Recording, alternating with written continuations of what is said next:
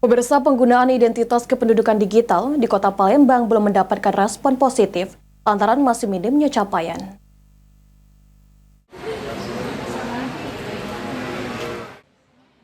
Terkait rencana pemerintah pusat untuk menggalakkan penggunaan identitas kependudukan digital atau IKD sesuai dengan Peraturan Menteri Dalam Negeri Nomor 72 Tahun 2022, belum mendapatkan respon positif di Kota Palembang lantaran masih minimnya capaian. Kepala Disdukcapil Kota Palembang, Dewi Isnaini mengatakan, penggunaan IKD ditujukan bagi masyarakat yang sudah memiliki EKTP, namun hingga Agustus ini minat masyarakat Palembang menggunakan IKD belum terlalu antusias, lantaran masih sebanyak 9% warga Palembang yang baru memiliki IKD. Untuk mengatasi hal tersebut, beberapa langkah dilakukan Disdukcapil Palembang, seperti dengan meminta langsung warga yang datang ke Disdukcapil untuk melakukan kepengurusan dokumen kependudukan untuk mengaktifkan IKD. Kalau KTP digital memang masih minat masyarakat belum terlalu antusias, tapi kami terus meningkatkan partisipasi.